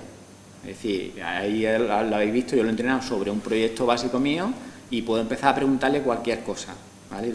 Yo siempre lo pienso como trabajador de la gerencia, que los compañeros de licencia se enfrentan a 500.000 proyectos o muchos proyectos, cada uno con una forma distinta, como tal. En uno la edificabilidad está en la página 80, en otro está al principio, uno tiene un cuadro de características, otro no. Es que esto se lo da a la máquina y la máquina te lo busca por ti. Y además te lo busca, eso tarda un segundo. O sea, tú le pones, ¿dónde está la edificabilidad? 18 en la página 3. Lo digo sobre todo porque, claro, al final, si esos datos pues nos ofrecen cuánto nos equivocamos y además cuáles son los errores habituales, nuestra formación será mejor. Es decir, dentro del colegio, o sea, una formación, la que ya de reciclaje nuestra como arquitectos, obviamente, pues nos advertiría, incluso el mismo programa de visado, ten cuidado con esto porque los errores habituales al 90 y tanto % es no introducir este dato. Imagínate, yo podía entrenar un PROM que sea, compruébame que en la memoria está la edificabilidad puesta, la no sé qué, no sé cuánto, el cumplimiento de la normativa, tal, y automáticamente te lo chequee, o sea, y te dé un resultado. Y ahora el modelo nuevo, que es que ha salido hace 4 días, 5 días, es que ve, ¿no? Es decir, es que ahora tú ya le puedes, o sea, la foto. Es decir, que si yo le meto incluso información gráfica, ve, es decir, en el paper que presentó Microsoft hace 2 días, que es un paper gigante, 166 páginas, hay cosas de ponerle una foto y decirle cuáles de los operarios tienen casco. Y te dice, el operario de la derecha, el fulanito y tal. O mandarle una foto de lo que sea y decirte, esto probablemente esté en no sé qué sitio. O sea, cosas que ya, pues esto ya estamos en el modelo 4, pero OpenAI está entrenando ya al menos que se sepa 2 modelos más. Es decir, que esto es... Y en el tema, por ejemplo, gráfico, por ejemplo, para empezar un proyecto y decir, pues yo tengo una idea de un tal, venga, genérame propuestas. Infinito. O sea, tú puedes tener una idea y sobre eso decir, pues ahora genérame 80 ideas similares, o esta está bien. Ya sobre esa... El problema de a quién pertenece, que esté en local o no esté en local. El problema de los datos es el gran problema. Es decir, es el gran problema porque, por ejemplo, en el reglamento de la Unión Europea sobre inteligencia artificial, dice que cuando se usa un algoritmo tiene que ser explicable, ¿vale? Tú tienes derecho a saber, por ejemplo, cuando un algoritmo te etiqueta a ti, por qué te ha etiquetado. La inteligencia artificial de redes neuronales es una caja negra. Con lo cual, esa inteligencia artificial no va a cumplir la normativa europea, porque es imposible. No te lo explica porque no puede explicar. Porque no se puede explicar, porque es tan complejo que tú tienes tantas relaciones entre tantas variables que tú no sabes por qué tú has caído dentro del que no... Imagínate que vas a pedir un préstamo y tú dices, este tío es chungo, ¿no? ¿Y por qué he caído en los que no dan préstamos? Pues hay un 0,01% que corresponde a no sabemos qué, ¿no? A un montón de variables. Entonces, los modelos tienen que ser explicables. ¿La inteligencia artificial conexionista es explicable? No. Entonces tenemos un problema. China está entrenando modelos todos los días, Estados Unidos tiene una legislación bastante flexible y la Unión Europea no. Entonces ahí es complejo.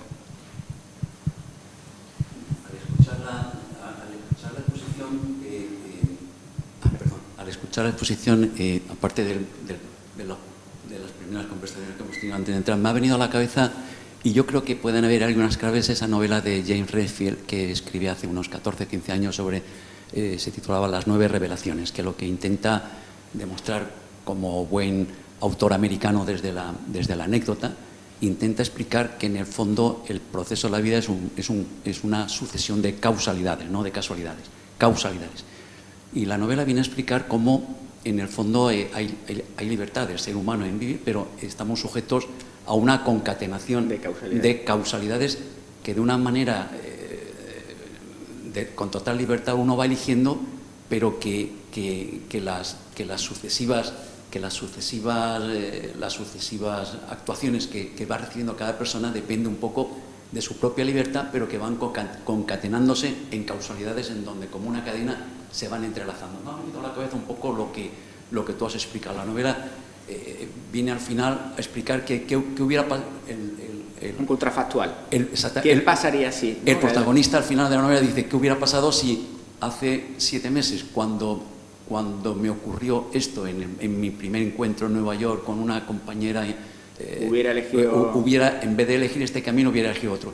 Y el autor Redfield viene a decir que en el fondo son cosas que uno ha buscado, que estaban prescritas. Hubiera pasado algo, si no hubieras hecho, hubiera pasado algo diferente, pero muy similar en otro proceso, pero que al final es esto. Me ha venido a la cabeza un poco esa novela, porque yo creo que el interés que puede tener esto, intuyo, porque yo, como te comenté al principio, no nos conocíamos y nos conocimos de ahí. Te decía, yo empecé la carrera en el año 64 con un tiralíneas, con una gota de tinta y una ruedecita que el tacto de los dedos nos llevaba a medir los grosores de las líneas y dibujábamos. Y después salió el Rotem, que ya no había que echar la tinta porque ya comprabas varios elementos y ya el propio cacharro mecánico te echaba la línea. Y cuando el grafos, y cuando se salió el Rotem ya a final de carrera nos lo prohibían, porque era como una trampa en el dibujo. Es decir,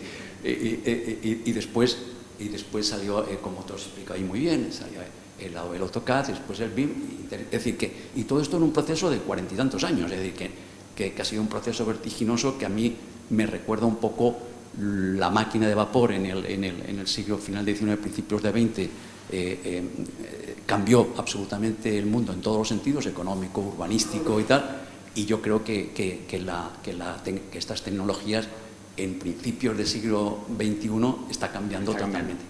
Bien, dicho todo esto, lo veo claro lo que tú dices, ¿no? Porque hoy en día tenemos máquinas en donde sin usar la inteligencia, por ejemplo, Carlos Ventos, que es un buen compañero de Valencia, hace ensayos en donde él encuentra parecidos de una arquitectura con todas las arquitecturas del mundo y dice la biblioteca de cualquier obra importante de Saarinen, búsqueme en el mundo todas las obras parecidas. Y me lo demostraba en su estudio en Valencia y decía, bueno, esto es acojonante, ¿no? Y le salían todo esto. Pero yo creo que donde está el interés de esto no es tanto en buscar las similitudes respecto a un PDF que tú metes, que esto hoy en día no lo haces tan perfectamente como la inteligencia artificial, pero, por ejemplo, el arquitecto tonto este de Pinterest pues no os procura tonterías de estas de decir, bueno, quiero hacer un edificio tal y de repente te empieza a mostrar, yo ahora quiero un edificio con un muro cortina o quiero un edificio con chapa y además te da las marcas de la chapa y tal. Yo creo que es una herramienta que viene a completar todo ese proceso del ser humano en perfeccionar sus iniciativas creativas, ¿no? Digo creativas, no me refiero a la arquitectura solamente, sino a la medicina. Yo que estoy rodeado de médicos, creo que la medicina nos podría hablar mejor que nadie sobre porque eso no es que ellos estén empezando la inteligencia artificial como nosotros, es que ya llevan mucho tiempo. Y te lo digo porque hace poco tiempo me explicaba un buen cirujano aquí en Málaga, me explicaba la técnica del Da Vinci en la medicina, que ya es un cirujano absolutamente automatizado, es decir, que él ya no metía ni los dedos para operar, es decir, que el Da Vinci, que es como se le llama a esa máquina, una máquina enorme, lo que hace es que opera. Ahora, me decía el cirujano, y yo le decía, joder, pues entonces me hago cirujano. Y yo creo que pasa como los arquitectos, me decía, no, ni de coña, porque es que yo tengo que intuir, yo tengo que crearle los datos. Es decir, que la máquina es verdad que es un cirujano, pero me decía, sin mí no opera. Y yo creo que con la arquitectura puede pasar lo mismo. ¿No? Hago esta reflexión un poco por la ilusión en no dejar de ser arquitecto. Yo creo, bueno, primero en la parte del pensamiento yo tengo claro, Judea Pérez, el escritor que he dicho que usa la inteligencia artificial causal, tiene un libro que se llama El libro del porqué y es casi filosófico, tiene muy poquito de inteligencia artificial y mucho de filosofía, y lo que hace es un poco ver los distintos grados de aprendizaje, cómo aprende el ser humano, y al final el grado más complejo, que son los contrafactuales, ¿no? ¿Qué pasaría si yo, un poco lo que has comentado? Entonces, claro, ese grado de contrafactuales la inteligencia artificial a día de hoy no lo consigue. Es decir, que los humanos lo podemos usar y lo usamos en muchas de las cosas. Si no hubiera hecho esto, me hubiera pasado esto, ¿no? Si no sale el sol, nos moriremos, ¿no? Es decir, son cosas que para los humanos son fáciles de intuitivamente, las máquinas eso ahora mismo, a día de hoy, todavía no lo consiguen. Y él lleva muchos años investigando en redes bayesianas, ¿vale? Que lo que hace es, cuando tienes una causalidad, ver qué porcentaje de causalidad está. Es decir, él estudia, por ejemplo, el cáncer con el tabaco. Y es una cosa que nosotros unimos claramente, pero eso demostrarlo matemáticamente es muy complicado. Y entonces él, con las redes bayesianas, consigue explicar la causalidad de los eventos. Eso a día de hoy en las inteligencias artificiales que estamos viendo no está funcionando. Es decir, no hay todavía esa causalidad. Ahí hay un escalón, digamos, que las máquinas tienen todavía que dar y que supongo yo que... ¿Un techo de cristal? ¿Cómo? ¿Como un techo de cristal en la inteligencia artificial? Bueno, yo creo que al final es una cuestión de tiempo. Es decir, yo creo que las máquinas lo van a conseguir. Es decir, porque se puede demostrar matemáticamente, ya se ha conseguido que los humanos lo consigan, las máquinas lo van a conseguir, ¿vale? Es decir, además con las máquinas no descansan, al final esto es un poco, ¿no?, que consiguen, es decir, le puedes dar todos los datos que tú quieras, pues al final será un modelo de aprendizaje que lo aprenderán. Pero cuando se junte la inteligencia artificial que vemos ahora mismo, que son correlaciones, que son esto sube y esto sube, pues están relacionados. ¿Cómo? No lo sé. Cuando le demos la causalidad a que esto sube por esto, digamos que ahí yo creo que las máquinas van a dar un salto, esto ya casi filosófico, ¿no?, de saber por qué están haciendo las cosas, ¿no? Ahora mismo es un loro. Te explica, como está entrenado en tantísimos datos, te va a dar una solución que es muy buena, porque cuando es un problema de volumen, si entreno con millones de libros, pues la palabra que va a salir es la más probable, porque he entrenado en millones de libros, pero no sabe lo que está diciendo. Y ese salto está todavía por dar. Yo creo que se va a dar, pero no. En la primera grafiquita que os puse hay una de las tecnologías que es la inteligencia artificial general, que es esa inteligencia artificial que va a ser capaz de conseguirlo todo. Y Gartner dice que de 10 a 15 años. Bueno, pues no es tan, ¿no? No lo verán mis hijos, ¿no? Es que probablemente lo vea yo, ¿no? Es decir, que estamos ahí y esa inteligencia no sabemos cómo nos va a influir, y más en lo nuestro, ¿no?, en la arquitectura, ¿no? Yo creo que el humano, sobre todo en nuestras profesiones, va a seguir estando detrás, ¿vale? Por lo menos por ahora, ¿vale? Pero toda la inteligencia al final, que creo que necesita una persona detrás.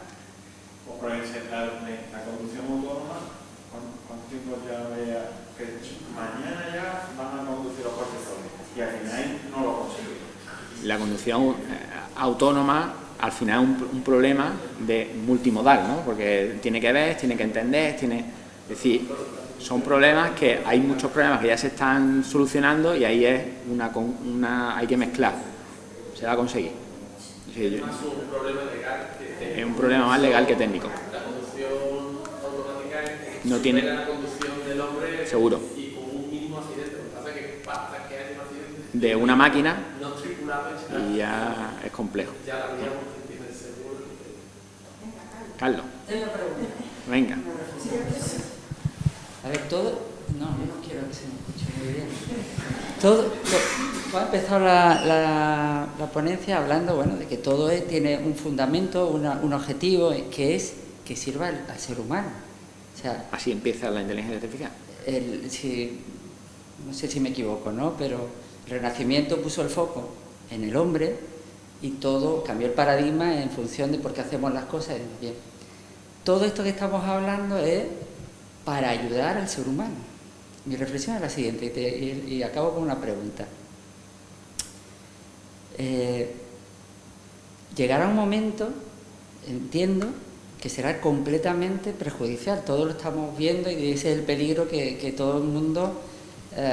o sea, esto no tiene fin. Esto no tiene fin. Esto no tiene fin y llegará a hacer todo. O sea, si ahora en 5 años ha habido la evolución que ha habido con el lenguaje, el traducir el idioma, esto que tú estás explicando, que evidentemente la gerencia dentro de 50 años no tiene nada que ver, la gerencia de urbanismo no será igual, los estudios de arquitectura no serán igual. Claro, este eres tú. La pregunta es la siguiente, ¿vamos a desaparecer como... O sea, como arquitecto yo tengo claro que desapareceremos. Yo me voy a hacer militar. Yo me voy a hacer militar, Carlos. Tú te vas a hacer... Mira, es que fíjate la reflexión que he aprendido hoy. Esto a lo mejor, bueno, permitirme que deriven. Hoy he estado en Coliche, que es un proyecto para personas de SIDA y es lo más humanizante que he visto yo últimamente, ¿no? O sea, gente y esto está que se dedica lejos, ¿no? a lo que nadie se dedica, ¿no? Y es algo que es pensando en el humano, ¿no? En hacer el bien, en personas que nadie quiere tratar, ni la familia llega un momento que pueden, y hay una serie de personas que están dedicadas a eso, ¿no? Bueno, pues hoy me decían, parece mentira que había quedaban tres religiosas que se han ido de allí, ya porque era lo último, por la edad y tal, el cual dice, Carlos, me explicaban, ¿no? Yo he ido a ver las instalaciones que me han parecido preciosas, con mi compañero Rafa Reynoso y tal. Bueno, resulta y dice, tú no sabes lo que ha ocurrido. Una persona de esas que no cobraba nada, que lo hacía por amor divino y estas cosas, dice, esa persona trabajaba 24 horas al día, hacía una función, bueno, pues por irse cada una de ellas han tenido que meter a 3, porque ahora son turnos, estamos hablando ya de legislación laboral. 3 turnos, 3 personas, todo lo que hay que tener en cuenta, todo lo que hay que... Dice, económicamente se nos ha ido esto. Bueno, pues porque hay detrás la providencia y hay una... Ahora, estoy pensando y traslado esto a la pregunta. Dentro de nada lo que va a haber es todo lo contrario. O sea, la máquina... Porque ahora no pensamos que pueda haber un cuidador que sea máquina, pero lo habrá. Lo habrá, vamos. Lo habrá. ¿A dónde vamos? Pues yo creo que porque esto hay que pararlo. Transhumanismo, no te metas en esto, no sea uno. Ya se habla de transhumanismo, ¿no? Es decir, esto hoy en día lo llevamos en el móvil, mañana lo vamos a llevar implantado en Neuralink o lo que sea. ¿Sí? Y va a ser un commodity, ¿no? Traductores, no va a hacer falta. No. Si arquitectos no, porque yo puedo elegir de las mejores propuestas de arquitectura. El conocimiento lo va a tener y ahí, pues igual que hay ahora personas más pudientes o menos pudientes, pues habrá gente que tenga acceso a unos modelos más complejos y otros a menos complejos. Vamos, te digo, por ejemplo, una de las cosas que busco yo, que estamos en el doctorado en el que estoy, es hacer robots para las residencias sociales. Y un robot que sea autónomo. Entonces el LIDAR, que es un sensor, un láser que va tirando y va diciendo, es enseñar para que esos robots puedan ser autónomos y puedan ver, por así decirlo, que entiendan lo que vean, ¿vale? Eso va a estar ya. Eso es igual que hay un coche autónomo, un robot va a estar mañana. Es decir, que eso técnicamente es muy fácil. Y la Thermomix fuera. Y la Thermomix fuera. muy fuera. Cocina, otro concepto de cocina, nada de... A mí, por ejemplo, esto empieza a preocuparme, por ejemplo, esto es un modelo entrenado con 15 fotos mías, ¿vale? Es decir, 15 fotos, pero 15 fotos. Y esto empieza a generarte, tú le dices, pues quiero que me hagas una foto de no sé qué, y quiero ser astronauta, tal, Tú puedes crearte un currículum que tú vas a poder llamar, porque esto está fijo, pero tú vas a poder hacer una videollamada o vas a poder, se puede, igual que se hace esto, tú puedes coger la voz y se puede cambiar, es decir, que nos enfrentamos a una humanidad en el que el uso de estas cosas, en el buen sentido, nos va a proporcionar una vida muy buena, pero tiene su cara B, ¿no? Y eso ahí, pues... no sé. Bueno, pues nada, gracias, José. Muy bien, bueno, muchas gracias.